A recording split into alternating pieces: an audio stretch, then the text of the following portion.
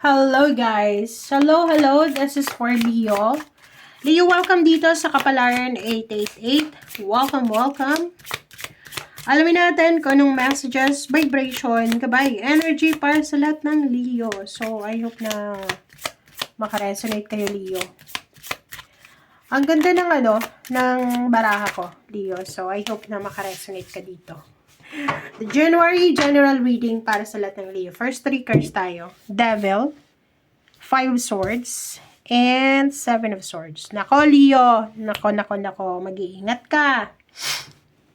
This is temptation. January na January. Eto agad yung papasok sa buhay mo. Mag-iingat ka, Leo, sa mga temptation. As much as possible, let go. Kasi dito, itong 5 of Swords na to, this is parang siya, isang tao siya. Isang tao na pwedeng pinagkakaisahan ng grupo. Parang nagagang up sila against dito sa isang tao. Ang barahang ito, itong tatlong to, sinasabi ng baraha sa'yo na kailangan mong i-let go. Kasi 7 of Swords yun eh. This is backstabbing, pagtatraidor, pagnanakaw, ganyan-ganito. So, as much as possible, umiwas ka. Huwag kang padadala, okay? Huwag kang padadala sa kung anumang temptation na makisali dito. Sa panahon ngayon, mostly nangyayari yan sa mga group chat, sa mga social media posting, ganyan-ganito. Kasi eto, isang tao ang posibleng pinagkakaisahan para lokohin, para nakawan, para traidorin, parang ganun. This is, work of the evil siya, diba? Evil yan. So, ang sinasabi sir dito, Leo, na kailangan na maging strong person ka na mag-walk away sa grupo na ganyan eh. Diba? Maging matured enough tayo na wag tayong makikisali sa mga petty na sitwasyon na ganyan. Okay? Kasi temptation yan. This is evil eh. Evil. So, kailangan mong i-give up yan eh. Kahit na, di ba juicy yung chismis eh. Di ba? Halimbawa, may group chat kayo. Tapos, or may nagpo-post sa social media. Ang pinaka, ngayon, Facebook. Sa TikTok, hindi eh. Walang ganun sa TikTok na parinigan. Sa Facebook yun. Pag may nakita kang post, huwag kang magko-comment. Huwag ka din, magbasa ka lang. And if in the, GC, magbasa ka lang. Huwag kang magbibigay ng point of view mo kasi makakasali ka dyan, This is temptation, awareness para sa mga Leo na umiwas kayo. Okay?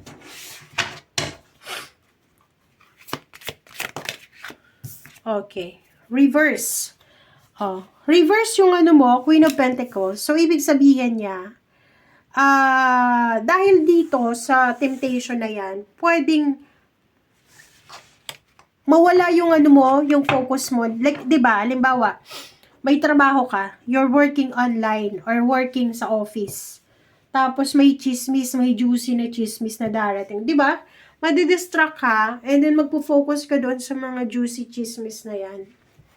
So, imbes na mag-overtime ka, imbes na madagdagan yung sweldo mo, or the night before kang magtrabaho, napuyat ka dahil sa kakachismis, or sa kakabasa ng GC, pwede kang hindi makapagtrabaho. Diba? Lovers.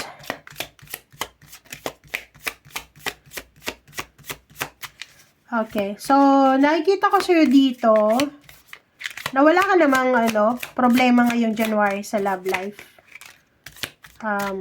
Getting stronger.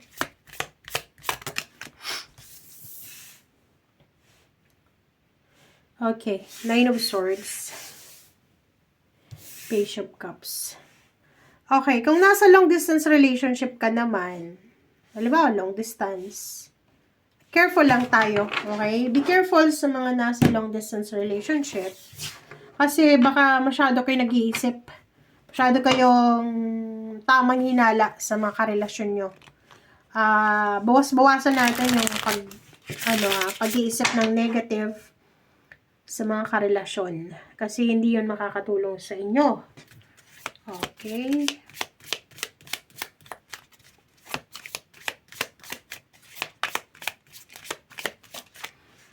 Alright. Diba? Sabi ng baraha sa'yo, this is dog.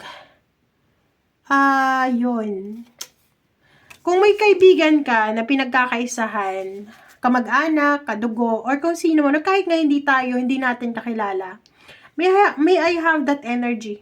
Diba? Sa mga social media. Padalas sa mga social media na post, ganyan, may mga pinagtatawanan sila, ganyan, ganito. Ako, I give my unsolicited na advice or sometimes nagko-comment ako, dinidepensahan ko, defending kung sino yung pinag-uusapan. Kasi, parang unfair yun, di ba? Kaya ako minsan, hindi ako naniniwala sa mga post-post na yan hanggat hindi ko nakikita yung side ng other. Okay? So, dito sinasabi, especially if they are your friends, kung yung mga kaibigan mo may mga pinag-uusapan evil against someone, kailangan daw na kontrahin mo siya. Yon, kailangan mong sawayin sila. Or if kaibigan mo naman yung pinag-uusapan or pinagkakaisan, kailangan stand up, be strong, ipaglaban mo yung tama.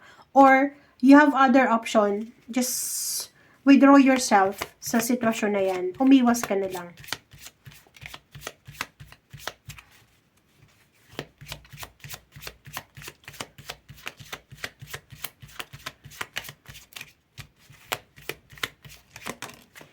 Okay. Number 16. Congratulations sa'yo kasi kung makikita mo dito, starting this January, maraming success, history talaga, history, which is the past, mga successful na history sa buhay mo. Halimbawa, dati nagkaroon ka ng negosyo, tas nalugi ka. So, at least meron kang istorya nung meron ka dati. Babalik siya this January. So, nakikita ko sa'yo dito, sobra-sobra yung motivation mo na balikan yung dati mong business, yung dati mong source of income. You're planning for a travel. You're planning to work abroad.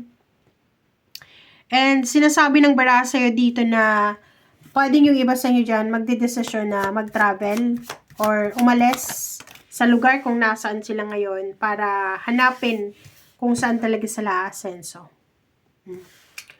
And kung yan daw yung balak mo, kailangan nung maging strong. Maging strong ka, maging courageous.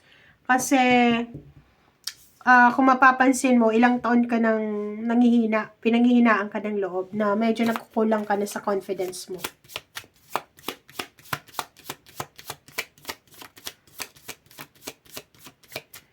Alright, so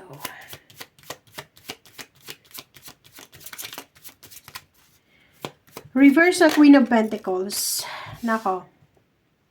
Sinasabi ng baraha sa'yo dito na if you are parang waiting for a good news, may balita kang matatanggap regarding money, unexpected money, pero hindi siya yung pera talaga or yung trabaho na ini-expect mo. Kumbaga, ang darating sa iyo ngayon na good news about money is the money na unexpected siya. Hindi yan yung hinihintay mo talaga na certain amount of money or trabaho. Iba siya.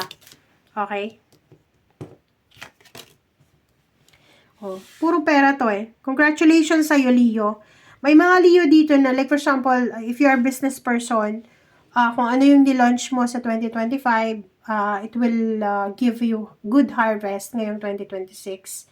So, kung makikita mo dito, good news, good tidings.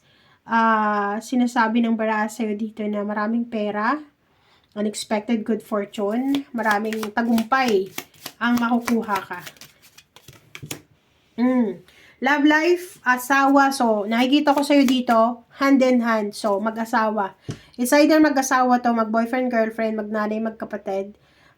Kung ano man ang partnership na meron ka sa ngayon, sinasabi na pareho kayo na aakyat pataas sa tugatog ng tagumpay. So, yung partner mo sa trabaho, kati mo sa business, asawa mo, boyfriend, girlfriend, nanay mo, nakasama mo sa business, sabay-sabay kayong uunlad, sabay-sabay kayong aakyat sa tagumpay. Okay? So, ang kailangan nyo lang daw na gawin is focus lang kayo. Okay? So, sinasabi ng baraha, 'di ba? Good luck to number 10. Ang number 2026, kung i-add up mo siya, 10 siya. So, this is completion.